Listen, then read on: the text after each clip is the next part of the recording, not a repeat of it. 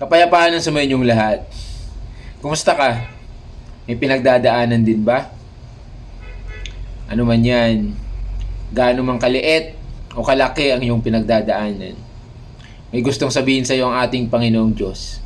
Sinabi sa James 1 verse 2 to 3 na, "Consider it pure joy, my brothers and sisters, whenever you face trials of many kinds, because you know that the testing of your faith produce perseverance." Linaw, no? Pinahintulutan ng ating Panginoong Diyos na tayo'y dumaan sa anumang uri ng mga pagsubok sa buhay.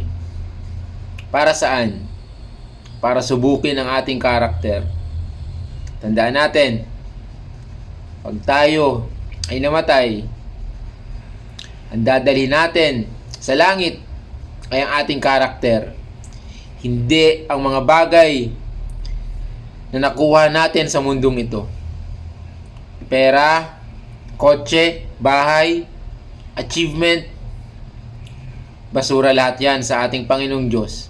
Pag di mo kilala ang ating Panginoong Hesus. Tandaan mo, dumadaan man tayo sa anumang pagsubok, pero alam natin na kaya natin ito lampasan sa pamamagitan ng ating Panginoong Hesus. Jesus is the way, the truth, and the life. Kaya ano man yung pinagdadaanan mo, daanan mo lang yan. Huwag mong tambayan.